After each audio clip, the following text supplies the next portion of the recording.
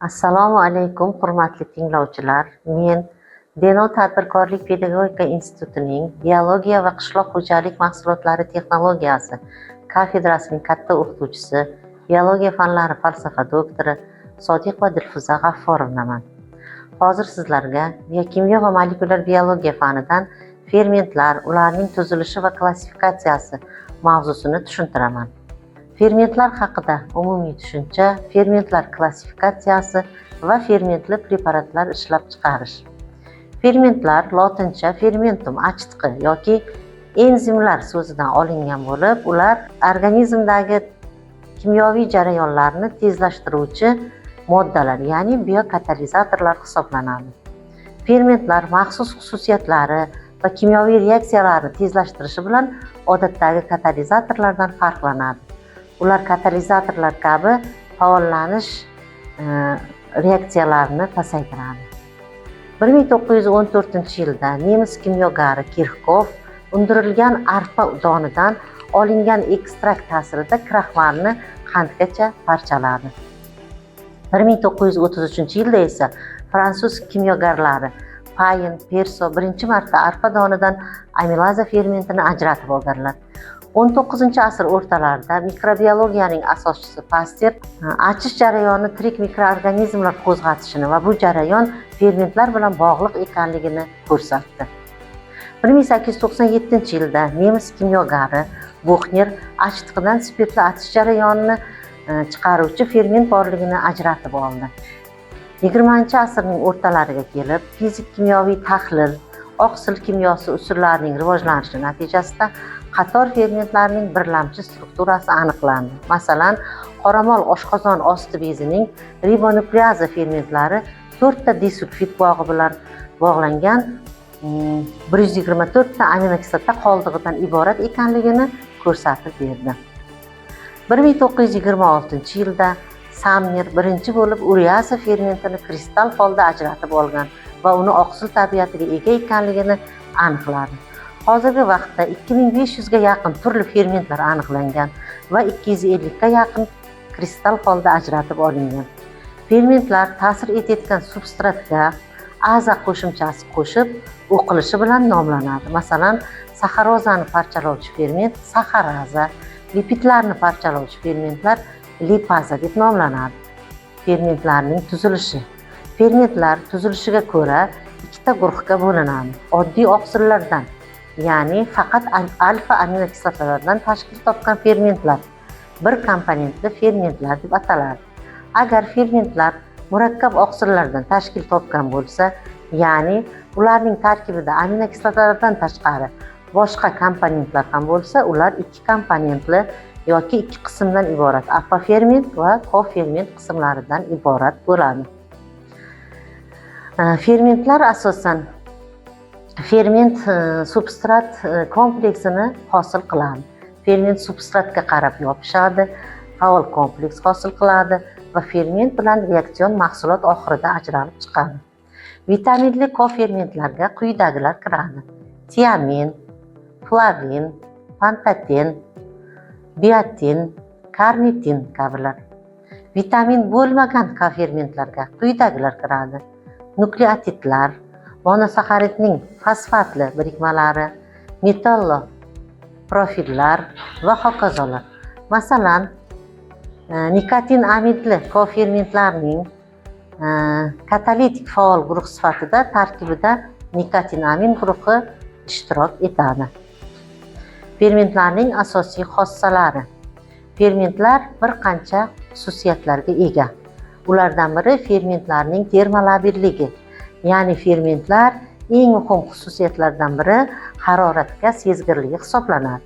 Fermentativ jarayonlar 70 gradusdan yuqori haroratda davom eta olmaydi. 80-100 gradusda fermentlar o'zining katalitik xossalarini butunlay yo'qotib qo'yadi. Oqsil qismi denaturatsiyaga uchraydi. Hamma fermentlar uchun muayyan bir harorat bo'lib, bunda ferment yuqori faollikka ega bo'ladi. Bu uning harorat optimumi deyiladi. Fermentlar ma'lum bir pH ga, ya'ni vodorod ko'rsatkichiga ega. Masalan, pepsin vodorod ko'rsatkichi 1,5-2,5 ni tashkil etsa, ureaza fermenti 7 dan 7,2 gacha, arginaza fermenti esa 9,5 dan 10 gacha va mana bu quyidagi jadvalda bu asosan ko'rsatilgan. Fermentlarning spesifiklik xillari, ya'ni absolyut spesifiklik, guruhli spesifiklik, nisbiy spesifiklik va stereoximiyaviy spesifiklikka bo'linadi. Spesifiklik degani bu muhim bir xususiyatga ega bo'lish degani. Masalan, aynan shunday fermentlar bor, faqat ma'lum bir moddalargagina ta'sir eta oladi. Masalan, ureaza fermenti mochevinani sintez qila olmaydi, lekin karbamitni sintez qila olish xususiyatiga ega. Fermentlar klassifikatsiyasi. Fermentlar o'z navbatida 6 ta sinfga bo'linadi. Oksireduktazalar, transferazalar, gidroalazalar, liazalar, izomerazalar va ligazalar, ya'ni sintetazalar. Oksireduktazalar bu sinfga hujayralardagi oksidlanish qaytarilish reaksiyalarida katalizlaydigan fermentlar kiradi. Oksidlanish reaksiyalari substratdan vodorod atomlari yoki elektronlarni ajratish bilan, qaytarilish reaksiyalari esa vodorod atomlarini akseptorga biriktirish bilan boradi. Transferazalar. Transferazalar ma'lum atomlar guruhining bir-biridan ikkinchi birikmada ko'chishini katalizlaydi. Ular bir necha guruhga bo'linadi. Masalan, aminotransferazalar amin guruhini bir birikmadan ikkinchi birikmaga ko'chishini katalizlaydi. Ularning kofermenti vitamin B6 ning hosilasidir. Ligazalar, ya'ni sintetazalar adenozin trifosfat va nukleozid trifosfatlarning parchalanish energiyasi hisobiga sintez reaksiyalarini ligaza fermentlari ishtirokida amalga oshiradi. Gidroalazalar bular suv yordamida murakkab organik birikmalarni parchalanish reaksiyalari hisoblanadi. Masalan, murakkab efirlar gidrolizlanganda ma'lum karbonat kislota va spirtlarga, oddiy bir atomli spirtlarga parchalanadi. Kofermentlarning tuzilishi va klassifikatsiyasi. Kofermentlar ikki komponentli fermentlarning faol markazlari hisoblanadi. Hozirgi vaqtda aniqlangan 3000 ga yaqin fermentlardan 800 tasi o'zlarining katalitik funksiyalarini oqsil tabiatga ega bo'lmagan kofermentlar orqali amalga oshiradilar. Bunday fermentlar qatoriga ko'pchilik oksireduktaza, transferazalar, barcha ligaza yoki izomeraza fermentlarini kiritishimiz mumkin. Amilaza kraxmalni, qo'ziqorinli, maltoligosakkaridlar va maltozalarni hosil qiladi. Demak, fermentlar eng muhim biokatalizatorlar hisoblanadi. Ferment preparatlarini ishlab chiqaradigan mikroorganizmlar asosan yaxshi bakteriyalardan foydalanadigan filamentli zamburug'lar, xamirturush va bakteriyalarning 3 ta asosiy guruhidir.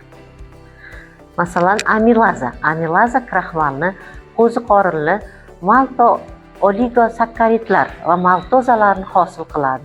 U asosan termostabil ferment ishlab chiqaradigan Bacillus subtilis va Bacillus suv osti fermentlari orqali ishlab chiqariladi. Sizlarga yetkazgan ma'lumotlarimiz mana shulardan iborat edi. Foydalanish uchun quyidagi manbalardan foydalanasizlar. Demak, mana bular internet ma'lumotlari, kerakli kitoblar va chet el adabiyotlaridan ham foydalanasizlar. E'tiborlaringiz uchun rahmat.